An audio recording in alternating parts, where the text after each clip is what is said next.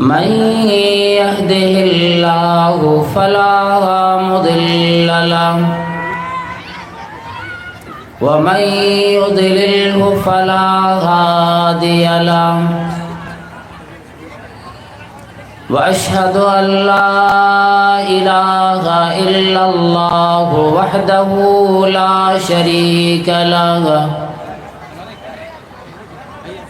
وأشهد أن محمدًا عبده ورسوله يا أيها الذين آمنوا اتقوا الله حق تقاته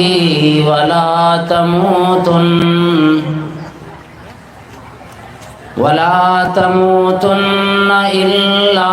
وأنتم مسلمون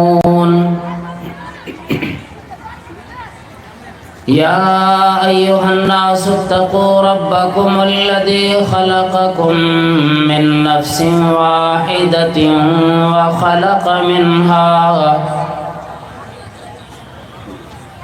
وخلق منها زوجها وبث منهما رجالا كثيرا ونساء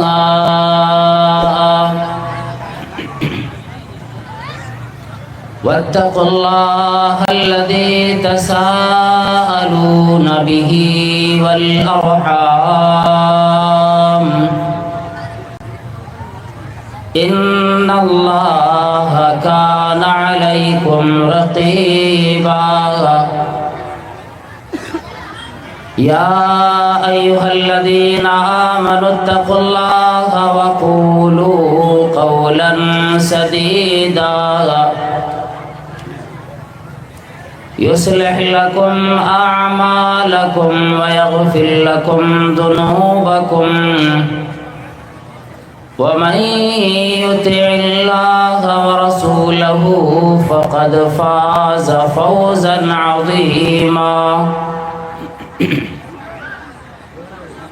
أما بعد فإن خير الحديث كتاب الله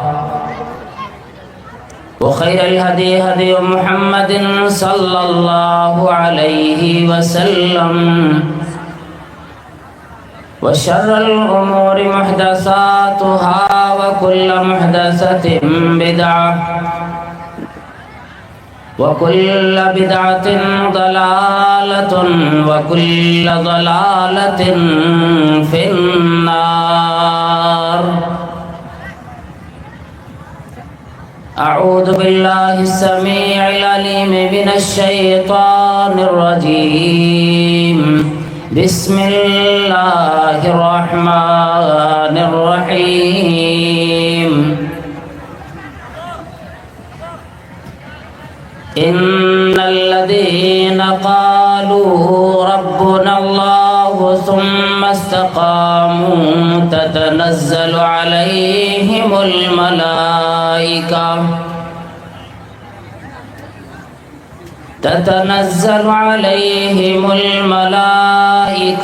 ألا تخافوا ولا تحزنوا وأبشروا بالجنة التي كنتم توعدون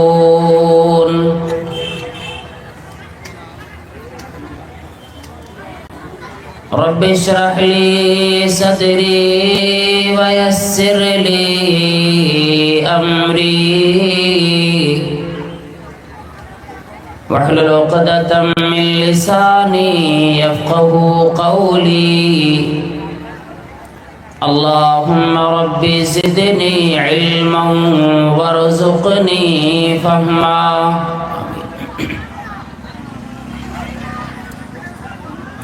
ہری ہے شاخ تمنا ابھی جلی تو نہیں،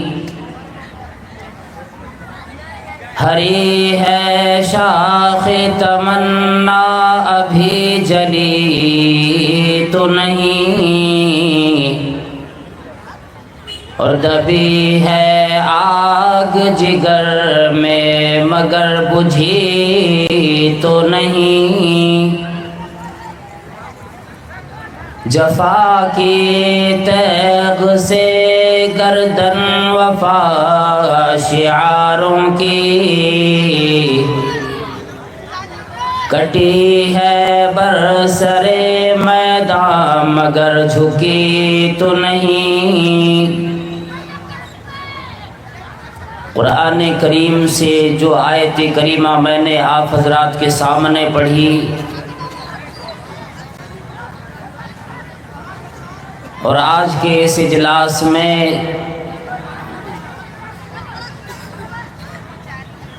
جو اسی آیت کی تناظر میں کچھ باتیں بیان کرنے کی کوشش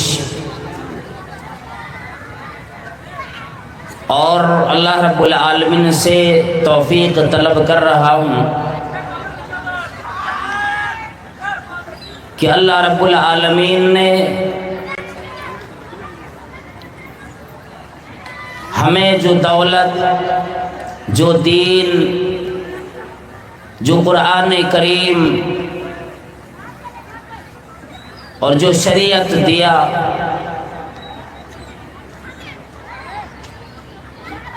جس کے ہم اور آپ مکلف بنائے بھی گئے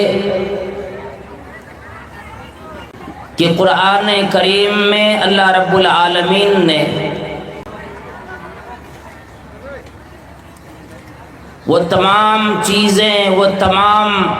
اوامر و نواہی بیان فرما دیے جن میں ہمیں اور آپ کو مبتلا بھی کرنا ہے، اور ہم سے پہلے جو قومیں آئی مبتلا ہو بھی چکی، اس لیے کہ دنیا کا بھی یہ دستور رہا ہے ہمیشہ سے کہ جب کوئی چیز زیادہ پیاری ہوتی ہے یا اس کے اندر اگر کوئی کشش پیدا کرنی ہو، اس کو لوگوں کی نگاہوں میں مہذب بنانا ہو، بہتر بنانا ہو، تو اس کو تراش و خراش کے ذریعے سے پھر ایک چمکیلا شے بنایا جاتا ہے۔ سونے کی ڈلی ہو اس وقت تک اس کی قیمت نہیں بڑھتی جب تک کہ اسے سونار اپنے آگ پہ تپا کر کے خالی سونا اس کا نہ نکال لے۔ لوہے سے کوئی اوزار بنانا ہو تو اس کو آگ پہ تپایا جاتا ہے۔ کسی لکڑی کا دستہ اگر اپنے کٹنی میں لگانا ہو، کدال پھاوڑے میں لگانا ہو، پھر اس کو بھی تراشا جاتا ہے۔ ہر شے کی جو قدر ہوتی اس سے پہلے اسے ایک امتحان سے، ایک آزمائش سے گزرنا پڑتا ہے۔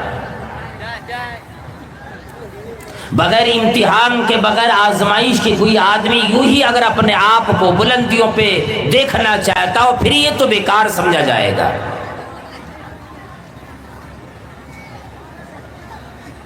اسکول خواہ چھوٹا ہو بڑا ہو، مدرسے چھوٹے ہوں بڑے ہوں، ہر ایک کے اندر یہ بھی قانون ہے، تمہیں ترقی اسی وقت ملے گی جب امتحان پاس کرو گے۔ پھر ایک طالب علم، ایک اسٹوڈنٹ ہر وقت اسی فکر میں رہتا ہے کہ میری ساری کتابیں، جو درسی کتابیں میں نے پڑھی ہے، جس کا امتحان دینا ہے، مجھے تیاری اچھی طریقے سے کرنی ہوگی۔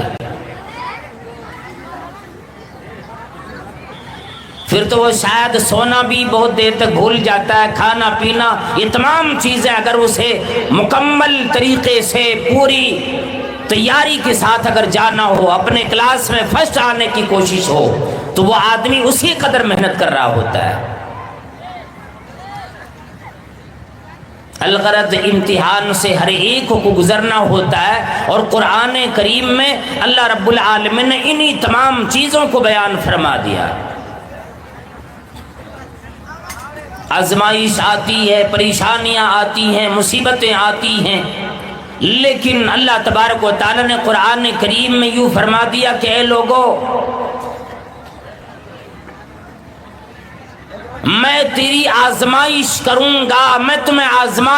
آزماؤں گا۔ جس قوم کو، جس انسانیت کو یہ پہلے بتا دی گئی ہو، یہ پہلے اطلاع دے دی گئی ہو کہ تمہیں ایک آزمائش سے گزرنا پڑے گا، جب تم اللہ کا پیارا بندہ بننا چاہو گے یا جنتی بننا چاہو گے، تمہارے اوپر آزمائش الہی ضرور آئے گی۔ یہ عرش والے کا دستور ہے، یہ اس کا قانون ہے۔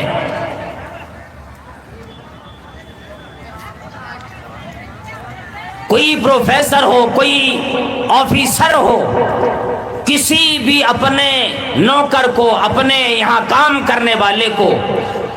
جب تک کہ اس کو آزما نہیں لیتا، اپنے تجوری کی چابی اس کے حوالے نہیں کرتا ہے۔ آزمائش وہاں بھی ہوتی ہے، اعتبار لیتا ہے، اعتماد لینا چاہتا ہے کہ میں یہ دیکھوں میرا یہ بندہ کتنا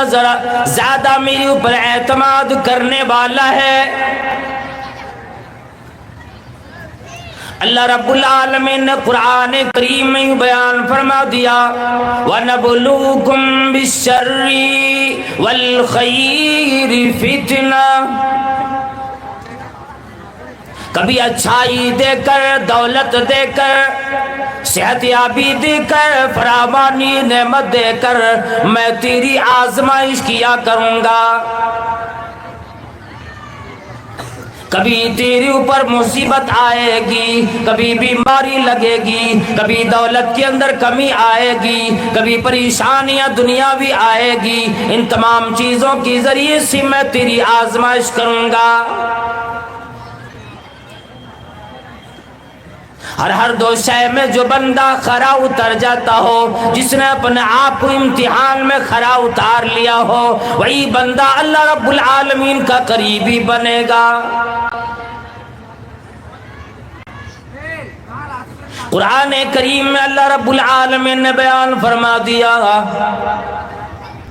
وَإِذِ ابْتَلَىٰ إِبْرَاهِيمَ رَبُّهُ بِكَلِمَاتٍ فَأَتَمَّهُنَّ،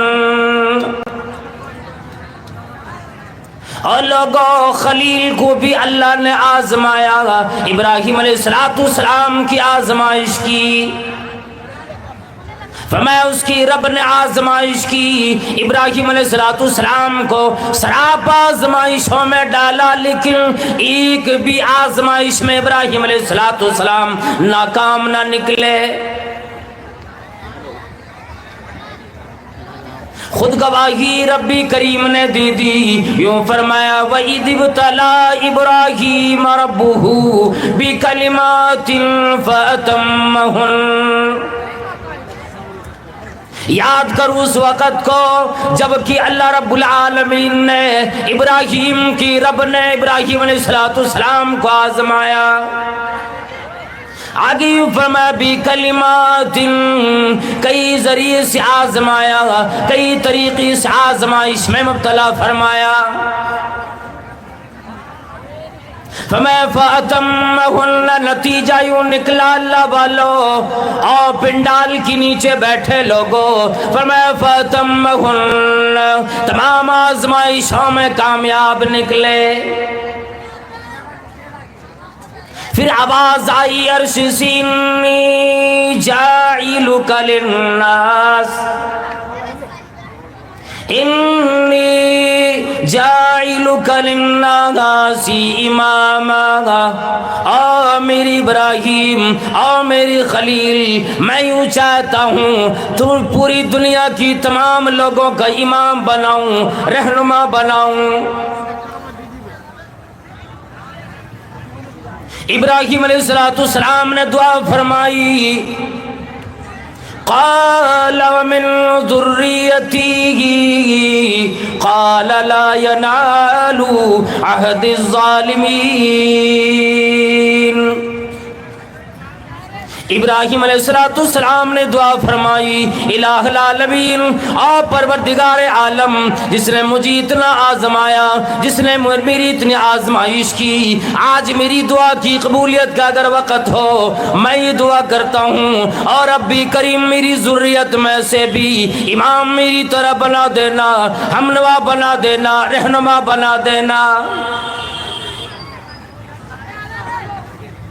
اسی وقت آواز آئی، قال لا ینال عہد الظالمین،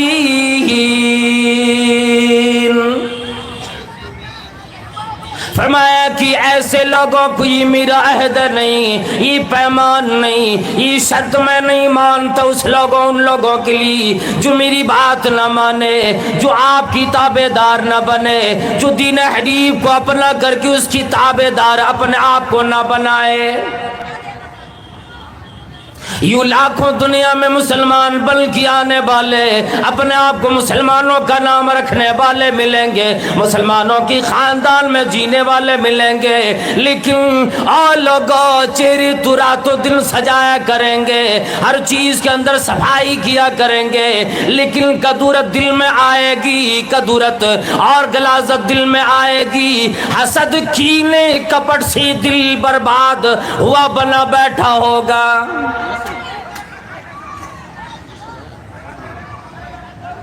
یوں کہہ دیا کسی شاعر نے کہ بظاہر تو ہر شے میں بھی حد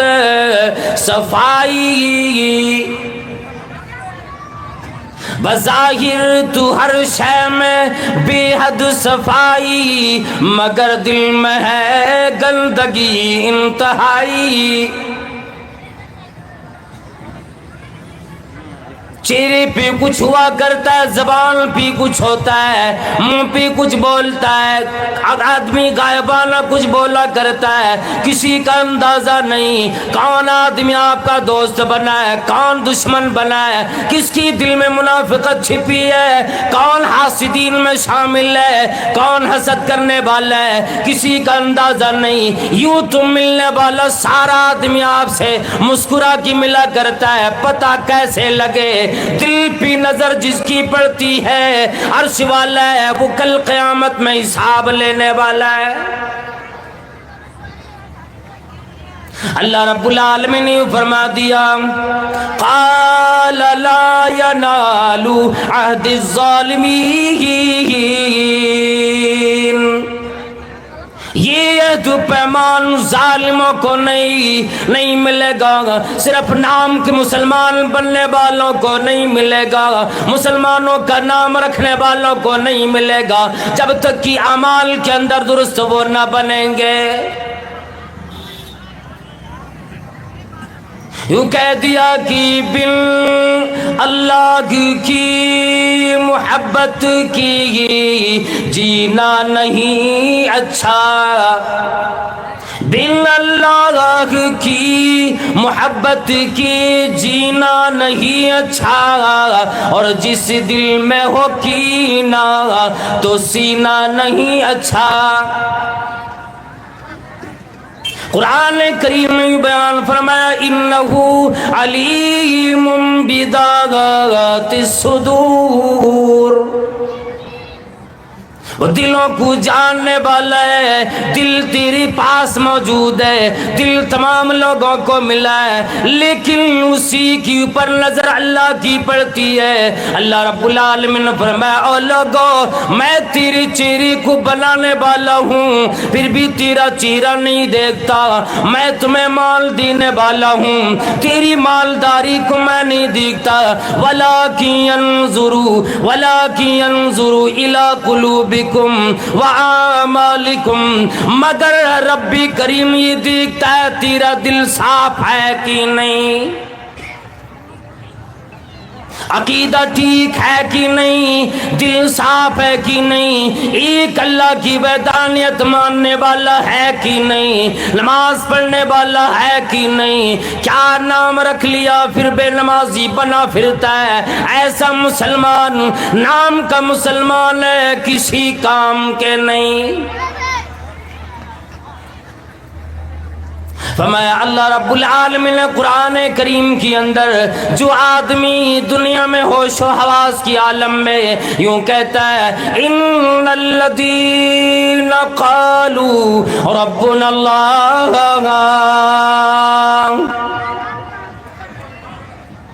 بے شک جن لوگوں نے یہ آواز لگائی، جن لوگوں نے یہ اقرار کر لیا، کیا اقرار کیا؟ ربنا اللہ، میرا پالنے والا، روزیاں دینے والا، ہواؤں کا چلانے والا، تقدیر کا بنانے والا، قیامت قائم کرنے والا، تمام چیزوں کی پرورش کرنے والا میرا رب کریم ہے۔ ان الذین قالوا ربنا اللہ، جس نے یوں اقرار کر لیا میرا رب، میرا اللہ رب العالمین ہے، اور آگے یوں بیان فرمایا ثم استقاموا، پھر اسی کے اوپر جم گئے، پھر ادھر ادھر نہ جا کے، پھر دائیں بائیں نہ دیکھے، پھر اس کی تشریح میں آتا ہے، پھر احادیث مبارکہ کو دیکھتا ہے، شریعت میں جو چیزیں بتلا دی اسی پہ چلا کرتا ہے، جس راہ کی رہنمائی کی قرآن و احادیث نے اسی پہ چلا کرتا ہے، جس راہ کی بارے میں یوں کہہ دیا ہے کہ راستی سیدھی سڑک ہے جس میں چلتا ہے بندہ، جو جنت کی طرف جانے والی راہ ہوتی ہے وہی بندہ اس طرف چلا کرتا ہے۔ اللہ تبارک و تعالی نے فرمایا ثم استقاموا، پھر اسی پر قائم رہ جاتا ہے، ایک پل کے لیے بھی اللہ کی احکام کو نہیں بھلاتا، اپنے دین کو نہیں چھوڑتا، اپنے دل کو ٹیڑھا نہیں ہونے دیتا، اپنے دل کے اندر خیانت نہیں آنے دیتا، حسد کینے کپٹ نہیں آنے دیتا، جو اللہ رب العالمین نے جینے کی سلیقی تھی سکھلائے اسی سلیقی کے مطابق اپنی زندگی گزارنے والا بنتا ہے۔ آج ہم میں آپ میں مصیبت کا ایک جھٹکا لگا، فوراً شرک میں مبتلا ہو گئے، اور اگر ذرا سی بات آپس میں ہو گئی پھر تو نہ جانو کہ کتنے ہمارے گروپ سے بن جایا کرتا ہے، کتنی کمیٹیاں بن جاتی ہیں، اور وہ کہتا ہے میں کسی سے کم تھوڑی ہوں، اپنی گردن نہ جھکائی، کسی کی بات نہ مانی، اکڑ میں رہ گئے، گھمنڈ میں رہ گئے، مجھ سے بڑا کوئی نہیں۔ آزمائشیں کسی بھی طرح کی بن کے آ سکتی ہے، فرمایا کہ جو لوگ اس کے اوپر استقامت اختیار کرتا یعنی ہمیشگی اسی پر کر دیتا ہے، پھر ایک پل کے لیے بھی گناہ نہیں کرتا، اور اگر گناہ ہو جاتا ہے 100 مرتبہ سے بھی زیادہ توبہ تلہ کر کے اپنے رب کریم کو منانا چاہتا ہے، اور جب جب زندگی میں گناہ یاد آ جاتے تو فوراً اللہ کے سامنے روتا ہے، الہی یہ گناہ مجھ سے ہو گیا۔ فرمایا جب اس کی موت کا وقت آئے گا تتنزل علیہم الملائکہ،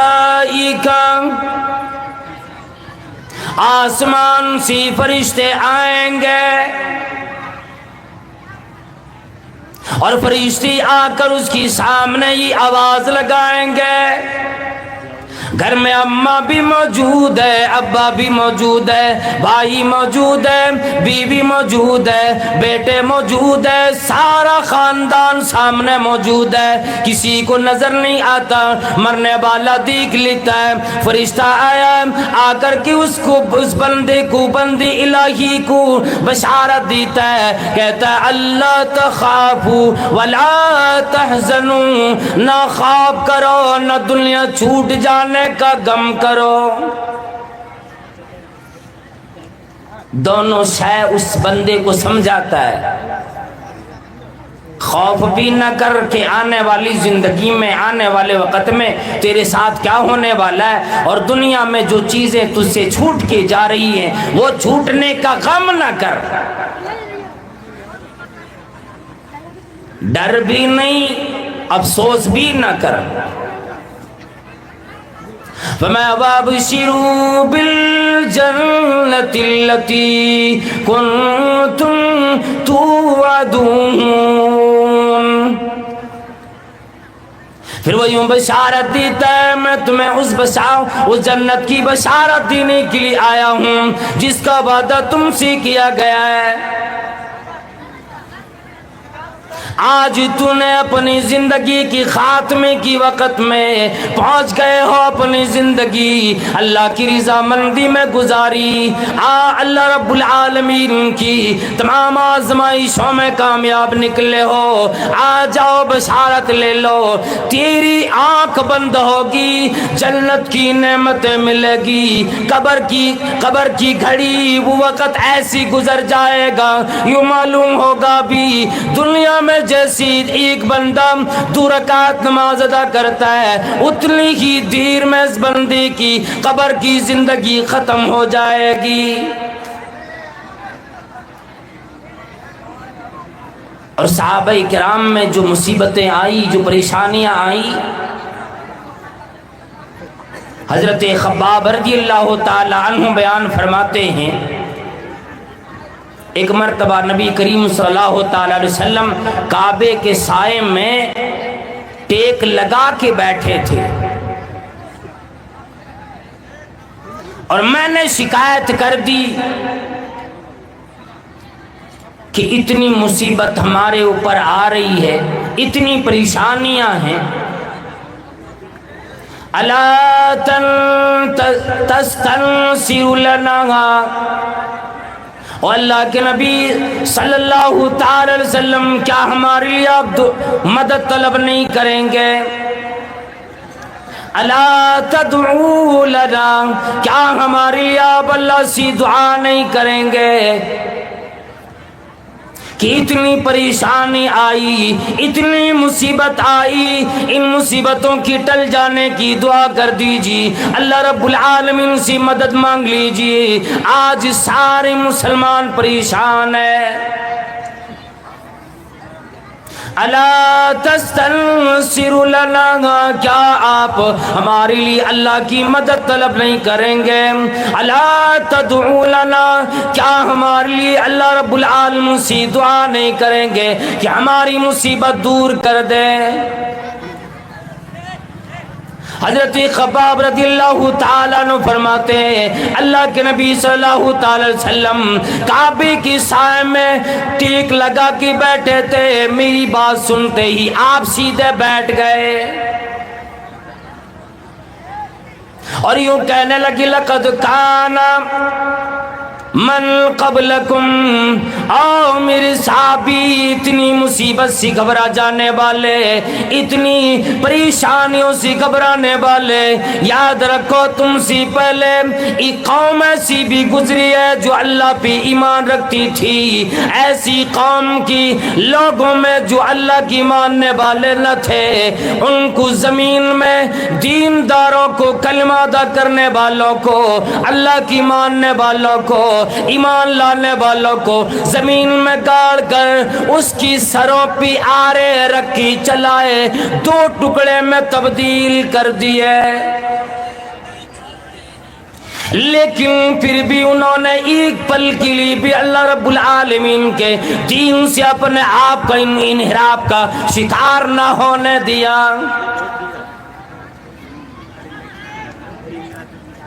جو ایمان لے آتے تھے زمین میں گاڑ کر ان کے سر پہ آرا رکھتے، اور وہ آرا جس سے لکڑی کاٹی جاتی ہے وہ آرا رکھ کے اس کی سر پہ چلاتے، اور لوگ نظارہ دیکھتے، پوری قوم نظارہ دیکھتی رہتی، اس کی سر پیارا چلتا، چہرہ کٹا، سینہ تک کاٹتے ہوئے آیا، پیٹ کاٹا، اسی طرح سے اس کی بیچو بیچ ہے، دو ٹکڑے میں تبدیل ہو گئے، پھر لوہے کی کنگیاں لائی جاتی اور اس کے گوشت پوش کو ایسی کھینچ لیتے جس سے آدمی اپنے بال میں کنگیاں چلایا کرتا ہے۔ لیکن یہ بھی چیزیں اس کو اس کے دین سے پھیر نہیں سکتی، اور آج ہلکا مصیبت آئی پریشان ہو گئے۔ فَمَا حَسِبْتُمْ أَن تَدْخُلُوا الْجَنَّةَ وَلَمَّا يَأْتِكُم مَّثَلُ الَّذِينَ خَلَوْا مِن قَبْلِكُمْ، کیا یہ گمان کر بیٹھے ہو، یہ سوچ بیٹھے ہو کلمہ پڑھ لیا، مسلمان کا نام رکھ لیا، اب جنت مل جائے گی؟ کیا یقین بنا بیٹھے ہو کہ جنت میں داخل ہو جاؤ گے؟ وَلَمَّا يَأْتِكُمْ مَثَلُ الَّذِينَ خَلَوْا مِن قَبْلِكُمْ، یہاں تک کہ تمہارے پاس ابھی وہ مصیبت، وہ پریشانی نہیں آئی جو تم سے پہلے قوموں کو آ چکی۔ مَسَّتْهُمُ الْبَأْسَاءُ وَالضَّرَّاءُ، انہیں مصیبت آتی قحط سالی کی شکل میں، وباؤں کی شکل میں، پریشانیاں بیماریوں کی شکل میں۔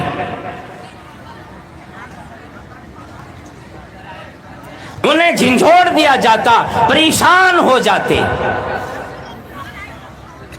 حتى يقول الرسول والذين آمنوا معه متى نصر الله،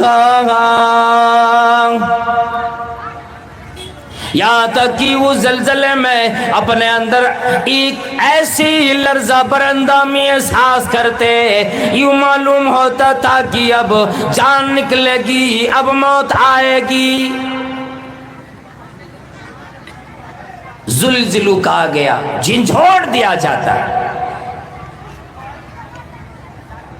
حتی یقول الرسول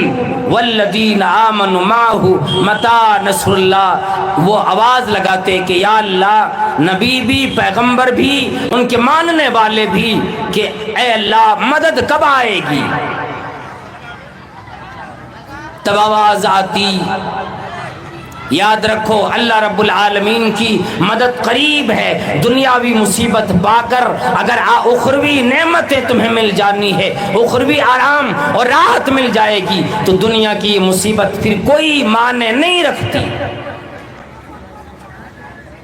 اس لیے کہ دنیا میں آدمی مصیبت میں پڑتا ہے تو وہ مصیبتیں کچھ ہی دنوں کے لیے ہوا کرتی ہے۔ ان مال عسری یسرا کہا گیا کہ تنگی پھر آسانی آتی ہے، کبھی فراخی آتی ہے اور کبھی تنگ دستی آ جاتی ہے، کبھی بندہ پریشان ہو جاتا ہے اور کبھی اس کو خوشی لاحق ہوتی ہے۔ یہ دنیا کا قانون ہے اور دنیاوی زندگی یوں ہی کٹتی ہے۔ صحابہ کرام نے بھی مصیبتیں کم نہ دیکھی، اور اللہ والو جنت اتنا بھی آسان نہیں ہے جتنا ہم اور آپ سمجھ بیٹھے ہو۔ بندہ سود کھا رہا ہے پھر بھی سمجھتا ہے کہ میں جنتی ہوں، کسی کو کوئی عہدہ ملا، کوئی کام کرنے کے لیے رشوتیں لیا کرتا ہے پھر بھی سمجھتا ہے میں جنتی ہوں۔ بیٹے کی شادی کرے گا، جہیز کی مانگ کرے گا، اس لعنت کو اپنے گھر میں لے کر آئے گا، اور پھر بھی یوں کہتا ہے میں تو حاجی آدمی ہوں۔ ہر طرح کی عیش و آرام کے طلبگار ہم بنے، پھر جنتی بننے کے ٹھیکیدار بھی ہم بن گئے۔ صحابہ کرام میں آپ یوں دیکھ لیں، آپ صلی اللہ تعالی وسلم کے صحابہ کرام پر جو کتنی مصیبتیں آئی۔ بلال رضی اللہ تعالیٰ عنہ جب انہوں نے کلمہ ادا کیا، لوگ گلیوں میں گھسیٹتے تھے، مارتے تھے۔ ان کا جو مالک تھا وہ راتوں دل مارتا تھا۔ ذنیرہ کو اسلام لانے کی جرم میں اتنا مارا اندھی ہو گئی۔ اور سمیہ رضی اللہ تعالی عنہا کی شہادت کا واقعہ بالکل مشہور ہے، آئے دل ہم اور آپ سنا کرتے۔ لیکن آدمی آج عبرت کی نگاہ سے یا بصارت سے کب دیکھتا ہے؟ یوں ہی آدمی آج اگر تقریر بھی نہیں سنتا ہے، صرف لذت اور لطف اندوزی کے لیے سنتا ہے، اسے مزہ آتا ہے، جی دیکھو کیسا بیان کیا۔ عمل میں سارے پیچھے ہو گئے۔ آج معاملہ بالکل صحابہ کرام کے زمانے کا معاملہ اور آج کے زمانے کا معاملہ دیکھو، بالکل برعکس ہو گیا۔ امام الانبیاء جناب محمد رسول اللہ صلی اللہ تعالی وسلم سے صحابہ کرام اگر کوئی آیت سنتے یا احادیث مبارکہ سنتے، پہلے اس پہ عمل کرنے کی کوشش کرتے، پھر یہ کہتے کہ کوئی اور کام سنیں گے۔ لیکن آج ہم اور آپ راتوں دن سننے سنانے کا یہ موقع مل جاتا ہے، عمل بالکل نہیں۔ نبی صلی اللہ تعالی علیہ وسلم نے بیان فرمایا، مسلم شریف کی روایت ہے، حضرت صہیب رضی اللہ تعالی عنہ بیان کرنے والے صحابی، آپ صلی اللہ علیہ وسلم نے فرمایا، او لوگوں، آپ سے پہلے، تم لوگوں سے پہلے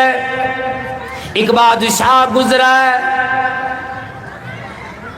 جس نے اپنے پاس ایک جادوگر،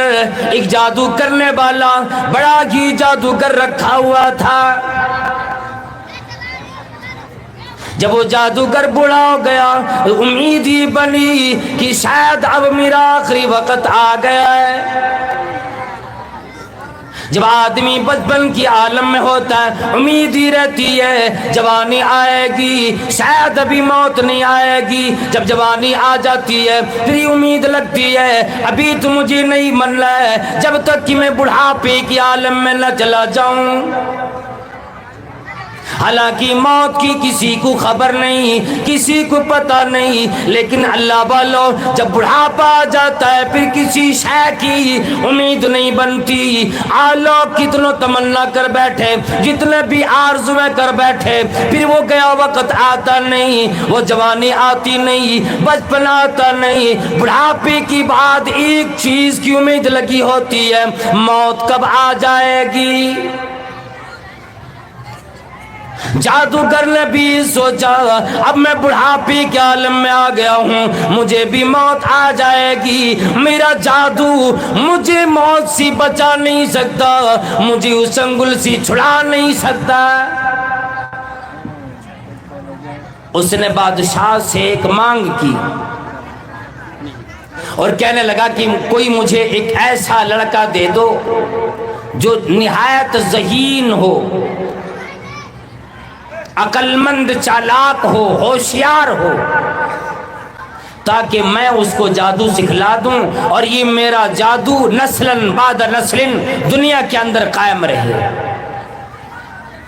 میرے جانے کے بعد بھی یہ قائم رہے۔ روایت میں یوں آتا ہے، مسلم شریف کی 3005 نمبر کی شاید یہ حدیث ہے، اس بادشاہ نے ایک لڑکا،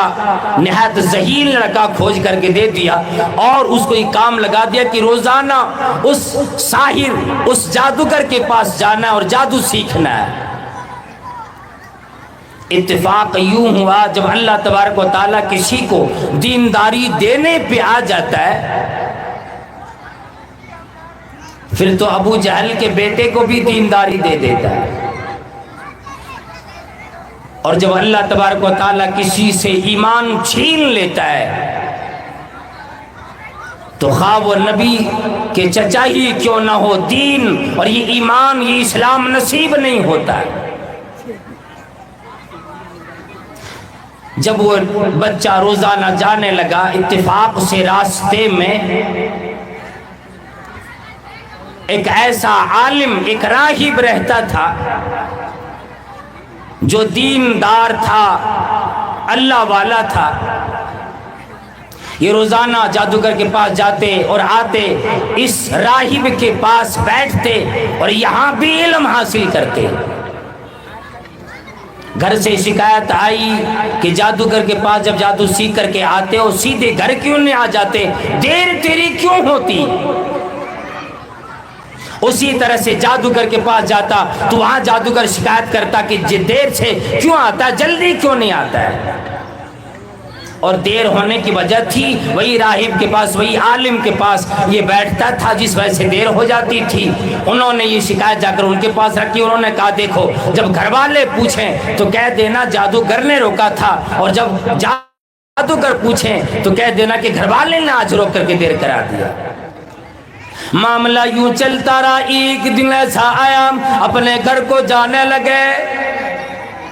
راستے میں ایک ایسا جانور پڑا ملا جس کی وجہ سے راستے بند ہو گئے تھے۔ کوئی آدمی ادھر سے ادھر، ادھر سے ادھر نہیں آ سکتا۔ اب دیکھیں دل میں یہ خیال آیا کہ آج میں وہ وقت پا گیا ہوں جب کہ میں آزما لوں کہ آیا وہ جادوگر صحیح ہے یا راہب جس کے پاس میں علم لیتا ہوں یہ راہب صحیح ہے۔ آج میں یہی آزمانا چاہتا ہوں۔ اور سارے لوگ کھڑے تھے راستے میں، جو ادھر ہیں ادھر ہیں، ادھر ہیں تو ادھر ہیں، کوئی ادھر سے ادھر نہیں جا سکتے۔ ایک ایسا جانور یا اژدہا بیچ میں پڑا ہوا تھا جس کی وجہ سے لوگوں کی آمد و رفت بالکل رک گئی تھی۔ ایک بچہ گیا، ایک پتھر اٹھایا، کنکر اٹھا کے یوں کہنے لگا الہی اگر راہب کا علم ٹھیک ہے، اگر راہب کی علم سے تو راضی ہے، اگر اس نے مجھے صحیح دین سکھلایا ہے اور جادوگر غلط بھی ہے، اور پروردگار عالم تو آج میں یہ کنکر سی جانور کو مارتا ہوں، اسے موت دے دے۔ روایت میں یوں آتا ہے یہی کہہ کہ بچے نے جب وہ جانور پہ مارا، جانور مر گیا، پھر لوگوں کا آنا جانا شروع ہو گیا۔ اب یقین آیا جادوگر صحیح پہ نہیں ہے، وہ راہب جن کے پاس میں بیٹھا کرتا ہوں وہی صحیح پہ ہے۔ خوشی کی مارے پھولے نہ سمایا، رائے کی پاس جا کر بیان کرنے لگے اور کہنے لگی کہ او میرے عالم اور میرے استاد جی، میں نے ایسی ایسی آزمائش کی، آج میں نے آزمائش میں کھڑا آپ کو پایا، حق بھی آپ کو پایا۔ وہ کہنے لگی کیسا کیا معاملہ ہوا؟ جب سارا معاملہ بیان کر دیے وہ کہنے لگی کہ آج تو اپنے ایمان میں کامل ہو گئے ہو، آج سے تیری آزمائش بھی شاید شروع ہو جائے گی۔ اس لیے کہ جس آدمی نے اپنے ایمان کو مضبوط کیا ہے، جو بھی دین پہ چلنا چاہا ہے، اس دین پہ مصیبتیں آئی ہے، اس دین پہ آزمائشیں آئی ہے، تو سے بھی آزمائش کا ہونا طے ہے۔ اور ایک بات بتلا دیا، وہ کہنے لگا جب تیرے سامنے کوئی آدمی آ جائے کسی پریشانی میں ہو، کسی بھی حال میں میرا نام بیان نہ کرنا، میرے بارے میں نہ بولنا۔ اور اب وہ بچہ ایسا کامل ایمان والا بن گیا کہ جب کوئی آدمی کوئی بیمار لے کر کے آتا تھا، مثلا کوئی آدمی اندھا ہو، کوئی کوڑھی کے بیماری میں ہو، اس بچے کے پاس آتا، کہتا مجھے ٹھیک کرو۔ یہ بچہ کہتا تھا اگر تو اللہ پر ایمان لے آؤ گے میں اس سے دعا کروں گا، میں شفا دینے والا نہیں ہوں، میں مشکل کشا نہیں ہوں، شفا دینے والا، مشکل کشائی کرنے والا وہی میرا رب ہے۔ اگر تو بھی آج اس پر ایمان لاتا ہے تو میں دعا کروں گا، شاید تجھے شفا ملے گی۔ اب وہ بچہ دعا کرتا، شفا مل جاتی۔ اب وہ جو بادشاہ تھا اس کی وزیر تک یہ بات پہنچی، اتفاق سے اس کے مجلس میں بیٹھنے والا یہ مشیر، مشورہ دینے والا اندھا تھا، اس بچے کے بارے میں سنا، لوگوں سے جب یہ چرچا ہوا وہ بھی دوڑے دوڑے آئے، کسی سہارے سے آئے اور یوں کہنے لگی میں نے سنا ہے تو بیماروں کو شفا دینے لگا، جس کی آنکھ میں بینائی نہیں بینائی بھی تو واپس لانے پہ قادر ہے، اگر مجھے بینائی واپس لوٹا دو میں دیکھنے لگوں، یاد رکھو میں تو بادشاہ کا ایک خاص آدمی ہوں، دولتوں کے انبار میں دینے کو تیار ہوں۔ وہ کہنے لگا نہیں نہیں میں دنیا داری نہیں چاہتا، دنیا کی دولت سے مجھے کوئی سروکار نہیں، میں یہ شرط لگاتا ہوں اگر تو اللہ پہ ایمان لائے گا میں اللہ سے دعا کروں گا شاید وہ تمہیں بھی شفا دے دے۔ اس نے ایمان لے آیا اور دعا کر دی، اس کی آنکھ میں بینائی آ گئی اور پہلے جتنا دیکھتا تھا اس سے زیادہ اسے اب نظر آنے لگی۔ حضرت ایوب علیہ السلام کو جب اللہ تبارک و تعالیٰ نے زخم کی بیماری دی اور شفا جب دیا نا تو پہلے جتنے وہ تو نبی خوبصورت ہوا کرتے خوبصورت ہوتے، پہلے سے زیادہ خوبصورت اللہ نے بنا دیا۔ دعا فرمائے، یہ جب جا کے بیٹھا بادشاہ نے دیکھا تو پریشان ہو گیا، تو اندھا تھا تجھے بینائی کیسے آ گئی؟ اب وہ کہنے لگا کہ میں نے فلاں کے پاس گیا اور اس طرح سے میں نے ایمان لے آیا، اب تو میرا رب نہیں ہو سکتا، میں نے رب کریم پہ ایمان لائے، اوپر والے نے عرش والے نے مجھے بینائی واپس کر دی۔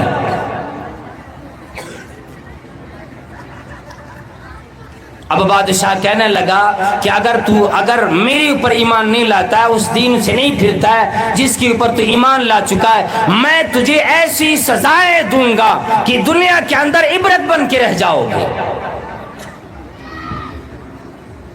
ایک مرتبہ جن کو کلمہ ادا کرنے کی لذت مل جائے، جن کو اللہ کی ایک وحدانیت کی لذت ملے، جس کو رب کریم کے اوپر مکمل یقین آ جائے، جنہوں نے استقامت اختیار کر لیا ہو، اپنے آپ کو مضبوط بنا لیا ہو، وہ تو پھر اپنے آپ کو ختم کر دینا پسند کرے گا، اپنے آپ کو ٹکڑے ٹکڑے کرانا پسند کرے گا، لیکن وہ آدمی دین سے پھر نہیں سکتا چونکہ ان کو وراثت میں دین تو ملا نہیں۔ وہ سمجھ کے ایمان لاتے تھے، پڑھ کے ایمان لاتے تھے، جان کی ایمان لاتے تھے۔ بہرحال بادشاہ نے جب سزا دی، انہوں نے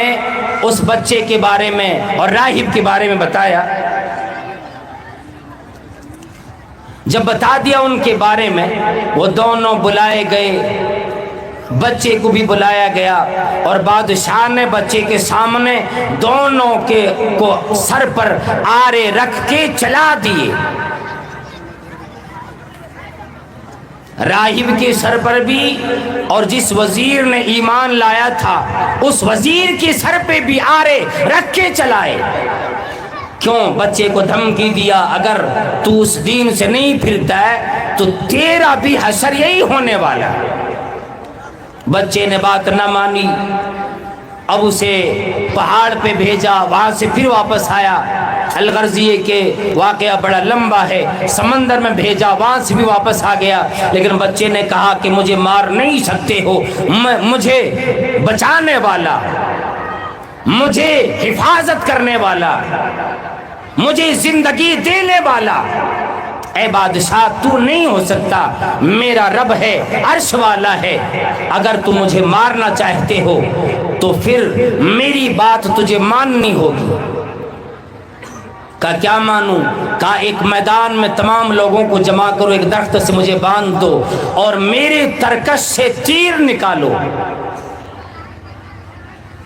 اور بسم اللہ رب الغلام کہہ کے مارو، بسم اللہ رب الغلام یہ کہہ کے مارو کہ میں اس بچے کے رب جو اللہ ہے اس کے نام لے کر مار رہا ہوں تب تک تم نہیں مار سکتے جب تک تم یہ نہیں کہہ دو گے۔ میدان میں جمع کیے گئے، ایک تیر مارا، اس کے کن پٹی میں جا کے لگا اور بچے نے یہاں پہ ہاتھ رکھا، پھر یوں ہی دم توڑ دیا، اور جتنے وہاں پہ میدان میں لوگ تھے سارے لوگ ایمان لے آئے۔ بہرحال یہ واقعہ بڑا پرمغز بھی ہے، عبرت والا واقعہ ہے۔ اللہ والو، مختصر وقت میں یہ کہنا چاہتا ہوں،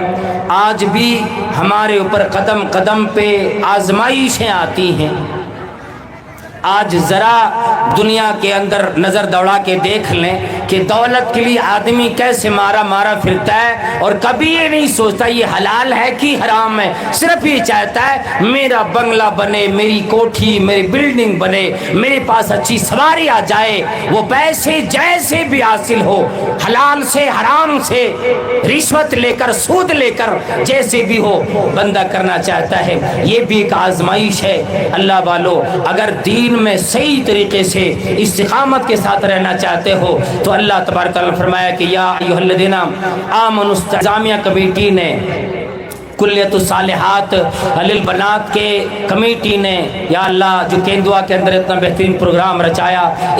اس مدرسے کو دین دونی رات چوگنی ترقی عطا فرما۔ یا اللہ جتنے لوگوں نے دامے در میں قدم سخن اس میں حصہ لیے، سب کی اخراجات کو، سب کے خرچ کیے جانا کو قبول فرما۔ یا اللہ جو بیمار ہے شفائے کاملہ عطا فرما، ماں بہنوں کی عزت و آبرو کی حفاظت فرما۔ اللہ اسلام دنیا کے اندر اسلام کو ترقی عطا فرما، اسلام کا بول بالا فرما، اور یا اللہ اسلام دشمنوں کا منہ کالا فرما، اور جو دنیا کے اندر جنہیں کاروبار نہیں کاروباری عطا فرما۔ پروردگار عالم جو مسلمان ہیں پکا سچا مسلمان بن کر 5 وقت نماز ادا کرنے کی توفیق عطا فرما۔ آمین وآخر دعوانا الحمدللہ رب العالمین، والسلام علیکم ورحمۃ اللہ وبرکاتہ۔